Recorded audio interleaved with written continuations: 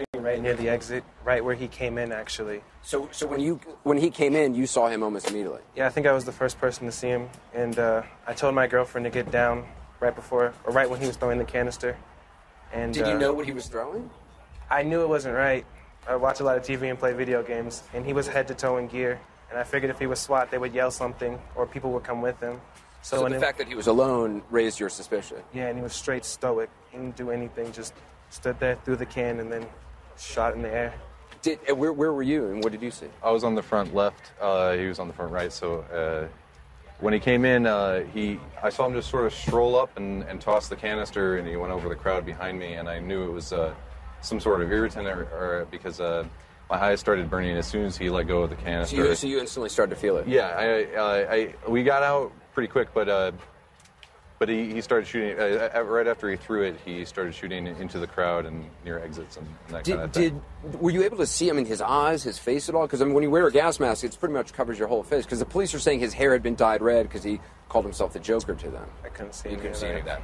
It was just we could see the I could see the plexiglass of his face of the mask, so I could tell where his that. But it was really dark and.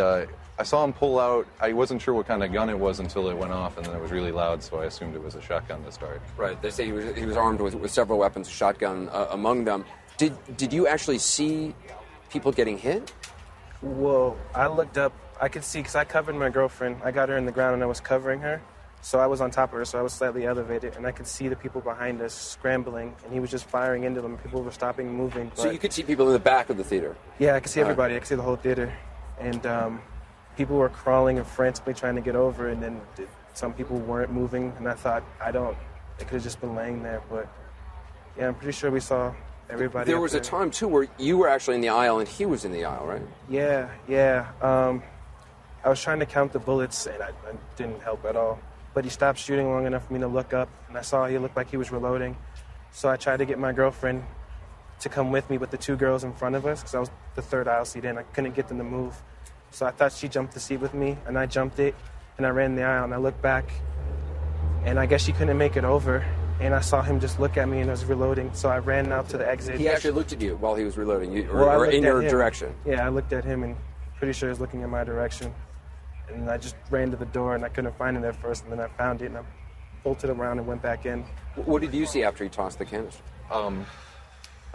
He tossed the canister, and I knew something was wrong, and I started to try to get up, and then he took out the shotgun and he started firing into the upper deck, and were people screaming at this point? Yeah, that's when the screaming started. So when he threw the canister, it was just dead quiet, and then as soon as he started firing, there was screaming everywhere, and I heard somebody screaming that from the area he had shot, and it sounded like somebody was freaking out about somebody getting shot right next to them, and that's when we ducked down to the floor and we started crawling out. We tried to crawl all the way to the exit to where there was a mini wall. I was ducking down when you were running past him. I think that was about the time, because I saw you. Okay. So you remember seeing Isaiah? Yeah, I remember seeing somebody run past him right at the start. And was the movie playing during all this? Yes, it was a really slow scene. I heard in some other reports that in Theater 8 there was gunfire, so they didn't know exactly what was going on right away. But in Theater 9, it was just a really dead scene with the Batcave. The Batcave with Alfred and Bruce.